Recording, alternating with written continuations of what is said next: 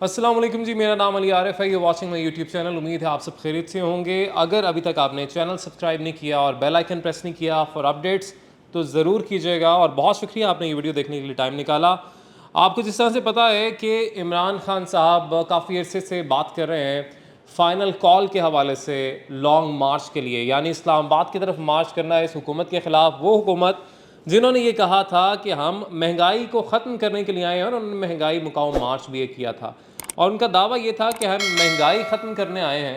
और हम क्योंकि इमरान खान के दौर में महंगाई बहुत ज़्यादा हो गई, मगर इमरान खान तब ये कहते रहे कि क्योंकि आलमी सतह पर महंगाई हुई है, आलमी सतह पर हम देख रहे हैं कि डॉलर की वैल्यू पूरी दुनिया में भी बढ़ रही है, पाकिस्तान में कुछ ज़्यादा ही बढ़ती है और ज़्यादा ही बढ़ी, लेकिन उन्होंने कहा कि पूरी दुनिया में डॉलर भी क्योंकि उसकी वैल्यू बढ़ रही है, साथ ही साथ जो ऑयल प्राइसेस हैं वो पूरी दुनिया में, क्योंकि रशिया और यूक्रेन की जंग हुई और इसी सिलसिले में बहुत से ममालिक ने बॉयकॉट किया रशिया के तेल का, कि हम अब रशिया से ऑयल नहीं ख़रीदेंगे, गैस नहीं ख़रीदेंगे, जिसकी वजह से जहाँ से सारे ख़रीदना शुरू हो गए, दबाव एक पड़ा और ऑयल बहुत महंगा हो गया। पाकिस्तान भी क्योंकि सऊदी और दीगर ममालिक से ऑयल ख़रीदता है, रशिया से नहीं ख़रीदता तेल, तो इसलिए पाकिस्तान भी क्योंकि वहीं से ऑयल ख़रीदता है, इसलिए कीमत काफ़ी ज़्यादा होगी आलमी मंडी में और हमें भी महंगा तेल ख़रीदना पड़ा। मगर पीडीएम ने कहा कि नहीं, इमरान खान के बस की बात नहीं है हुकूमत चलाना, और इन्होंने जो है लॉन्ग मार्च, महंगाई मुकाम मार्च की कॉल दी। और उसके बाद हमने देखा किस तरीके से वोट ऑफ नो कॉन्फिडेंस आधी रात को कैसे अदालत खुली, स्पीकर की रूलिंग को गैर आइनी करार दिया और दोबारा से वोट करवाया गया और इमरान खान को असम्बली से प्राइम मिनिस्टर की सीट से उठा के बाहर फेंक दिया गया।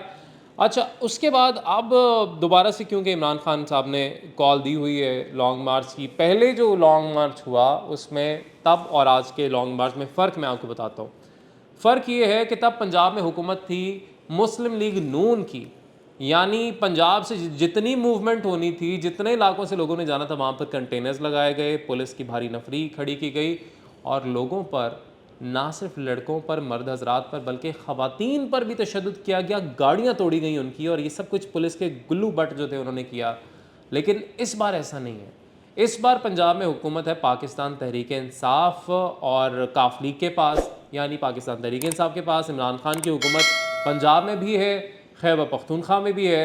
और जब ये दोनों सूबे और इनके दरमियान में आता है आपका दारुल हुकूमत इस्लामाबाद, वहाँ पर मार्च होगा जब दोनों तरफ से, तो कितना दबाव होगा और तसादुम का कितना यहाँ पर ख़तरा पैदा हो सकता है, ये भी यकीनी तौर पर बहुत बड़ा सवाल यहाँ पर भी पैदा हो गया है। मैं आपको ये भी बता दूं कि नफरी मांगी थी क्योंकि इस्लामाबाद ने पंजाब से और खैबर पख्तूनख्वा से लॉन्ग मार्च को रोकने के लिए, तो उस हवाले से भी दोनों ने माजरत कर ली कि हम अपनी नफरी नहीं दे सकते हैं। बहरहाल सिंध से पुलिस की नफरी अब इस्लामाबाद पहुंच चुकी है और कंटेनर्स इकट्ठा करना शुरू कर दिए गए हैं। लॉन्ग मार्च को रोकने का प्लान अभी क्या बनाया गया है? वैसे आप ये सोचें जब पंजाब से भी लोग जाएंगे, खैबर पख्तूनख्वा से भी लोग जाएंगे और बड़ी तादाद में जाएंगे, तो उसको कैसे आप नाकाम बनाएंगे?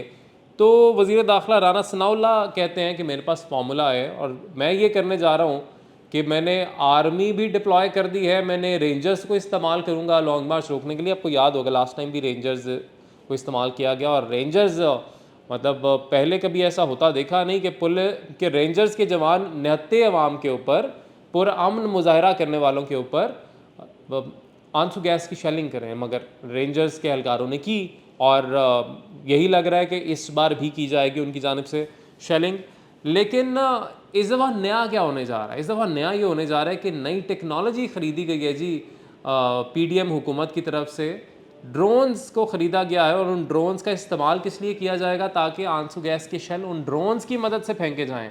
आपको मैं ये भी यहाँ पे बताते चलूँ कि पहली बार हेलीकॉप्टर इस्तेमाल किया जाएगा इस मुजाहरे पर या इस लॉन्ग मार्च को काबू करने के लिए, कंट्रोल करने के लिए। उसमें किस तरीके से हेलीकॉप्टर का इस्तेमाल हो सकता है? वो ज़ाहिर है ऐसे हो सकता है कि उस हेलीकॉप्टर की मदद से उनके ऊपर हवा से शेलिंग की जाएगी, जिस तरीके से ड्रोन से की जाएगी। तो इससे काफ़ी ज़्यादा जो है परेशानी का सामना करना पड़ सकता है वहाँ पर जितने भी लोग लॉन्ग मार्च में शरीक होंगे। मगर आपको ये भी पता होना चाहिए कि क्योंकि सरकारी मशीनरी का भी इस्तेमाल हमें देखने को मिलेगा, पंजाब की भी, खैबर पख्तूनख्वा की भी। अब ये पता नहीं कि वो पंजाब की और खैबर पख्तूनख्वा की फ़ोर्स का भी इस्तेमाल करते हैं या नहीं, जो कि वैसे नहीं करनी चाहिए, लेकिन लोग बड़ी तादाद में वहाँ पर होंगे। और लास्ट टाइम जो उनके साथ हुआ था मुझे ऐसा लगता है कि अब तक उन्होंने जो आंसू गैस के शेल हैं उनका कोई ना कोई तोड़ जो है वो निकाल लिया होगा। और मुझे नहीं इतना लगता कि आंसू गैस के शेल इतना ज़्यादा कारामद इस बार साबित होंगे, लेकिन बार बार इमरान खान फाइनल कॉल की बात कर रहे हैं और बीच में बातें ये भी चल रही थी कि उनकी सदर आरिफ अलवी के साथ मुलाकात हुई है शायद हाजी साहब से, जो हाजी साहब कहा जाता है army chief general Qamar Javed Bajwa साहब को। तो ये अहम मुलाकात का बार बार जिक्र हो रहा था, जिसकी अब मरीम नवाज़ साहिबा ने भी जिक्र किया इस मुलाकात का कि यहाँ मुलाकात हुई है और इमरान खान साहब NRO मांग रहे थे उस मुलाकात में। मगर जिस तरह से आपको याद होगा कि जनरल कमर जावेद बाजवा साहब ने एक जो हमारे रिटायर्ड फ़ौजी हजरात हैं उनके साथ एक मुलाकात की थी और उसमें उन्होंने कहा था कि इमरान खान को हम खुले दिल से वेलकम करेंगे, उनको मतलब हमें कोई मसला नहीं है उनसे। तो इस तरह की उन्होंने पहले भी बातें की थी, अब एक और मुलाकात हुई है। और अब क्योंकि आर्मी चीफ़ की तैनाती है, देखिए सबसे इम्पॉर्टेंट क्वेश्चन ये है कि इतना इम्पॉर्टेंट क्यों हो चुके हैं ये जो दिन हैं और इन दिनों में कॉल की बातें की जा रही हैं। ये इसलिए हुए हैं क्योंकि आर्मी चीफ़, नए आर्मी चीफ़ की तैनाती करीब है और उस हवाले से भी दबाव डाला जा रहा है और सबकी कोशिश है कि ये जो नई तैनाती है वो हम करें। यानी PDM कहती है कि वो उनकी मर्ज़ी से हो, उनकी मर्ज़ी से क्यों हो, ताकि जो भी आर्मी चीफ़ आए उनको फेवर करें।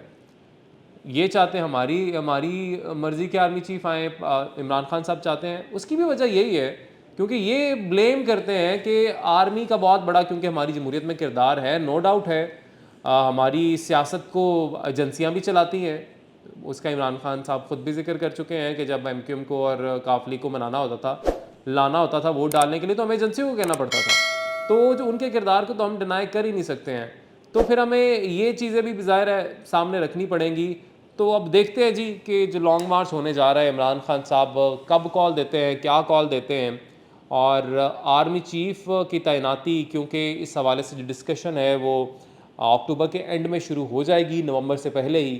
तो उन दिनों में ये तमाम तर मामला पेश आएगा, उन दिनों में ये मार्च का आगाज़ इस्लामाबाद की तरफ कर दिया जाएगा या उससे पहले ही ये शुरू हो जाएगा। ये अब ज़ाहिर है इमरान खान साहब देखते हैं कब कॉल देते हैं इस हवाले से, मगर अभी इस हवाले से उन्होंने कोई अपडेट या कॉल या फाइनल डेट नहीं दी है। अगर आपने अभी तक चैनल सब्सक्राइब नहीं किया, बेल आइकन प्रेस नहीं किया, तो ज़रूर कीजिएगा। इस हवाले से जो भी अपडेट्स आएंगे वो मैं आपके साथ शेयर करता रहूँगा। अल्लाह हाफ़िज़।